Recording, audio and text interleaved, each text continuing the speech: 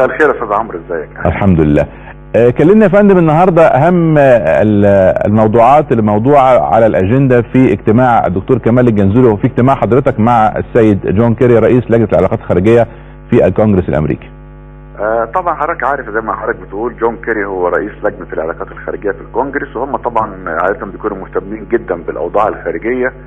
طبعا الوقت الحالي طبعا ما يدور في مصر انت عارف مهم جدا بالنسبه لهم. مصر دوله محوريه، ما يدور فيها لا يؤثر فقط على مصر ولكن يؤثر على المنطقه كلها، فهم طبعا مهتمين بالتطورات. فهو جه وزي ما قلت حضرتك هو قابل الدكتور كمال الجنزوري رئيس مجلس الوزراء، وكان في مقابله عندنا في وزاره الخارجيه. طبعا هو مهتم، عاوز يعرف يعني خط الطريق في المرحله اللي جايه بالنسبه حول الديمقراطي. دي وضحناها له بدءا بالمرحله الاولى للانتخابات، وبعدين المرحله الثانيه ثم طبعا المجلس الشعب والدستور والانتخابات الرئاسيه. وضحنا له الخريطه بالتفصيل. كان مهتم ان هو طبعا بيسال برضه في اجتماعه في الخارجيه معانا رؤيتنا للاوضاع اللي في المنطقه الاقليميه عموما، سواء بالنسبه لما يدور في سوريا، سواء بالنسبه لايران، سواء بالنسبه للوضع على صعيد عمليه السلام. وكان ايه يا فندم الرد في موضوع سوريا تحديدا؟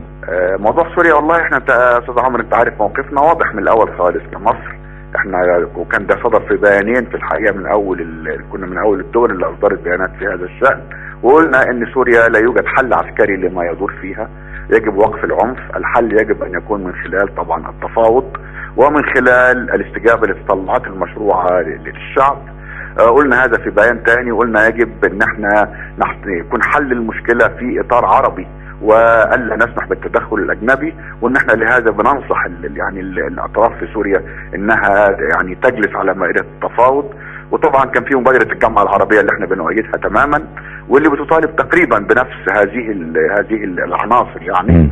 والبروتوكول اللي حاليا مطروح امام سوريا للتوقيع عليه لتنفيذ هذه المبادره، وبنامل ان يتم هذا التوقيع اولا يعني منعا لسفك الدماء اللي في سوريا ووقفا للعنف في سوريا. وقلنا اهم شيء في الحقيقه منعا للتدخل الاجنبي في المشكله السوريه والاحتفاظ بحلها في اطار عربي.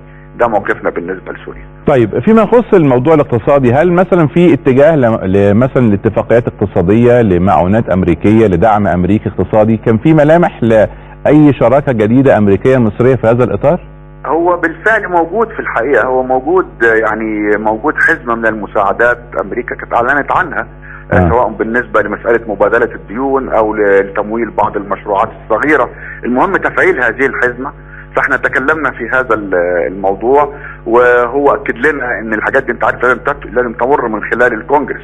فاكد لنا ان هم هيدفعوا بيها لتمر بسرعه، لان هم مقدرين تماما يعني اهميه هذا بالنسبه لتثبيت الوضع في مصر واهميه الاستقرار في مصر، وانه مش بس بينعكس على مصر انما بينعكس على المنطقه كلها. تكلمنا كذلك على يعني ان كان في حديث على بعض المشروطيات على المعونه الامريكيه، وطبعا عربنا عن موقفنا الثابت من رفض هذه المشروطيات، وهو يعني قال ان هو ايضا بيوافقنا في هذا الراي، وانه هيبذل كل جهده داخل الكونجرس لرفع اي مشروطيات على المعونه الامريكيه لمصر. طيب هل يا فندم في هذا الاطار يعني ممكن نقول كان في مثلا تخوفات من الجانب الامريكي فيما يخص نتائج المرحله الاولى من ظاهره المد الاسلامي المقبله عليها مصر خلال الفتره القليله القادمه؟ هل حصل في الحوارات حاجه زي كده في هذا الاطار؟ لا والله يا استاذ عمرو، هو ما افتكرش ان في تخوفات، انما هو انت عارف في حاله من الترقب، شيء طبيعي. مصر دوله محوريه في المنطقه وما يدور فيها بيهم اطراف كثيره. فطبعا هو في حاله من الترقب. طبعا احنا يا دوب احنا في اول مرحله، لسه في مرحلتين جايين.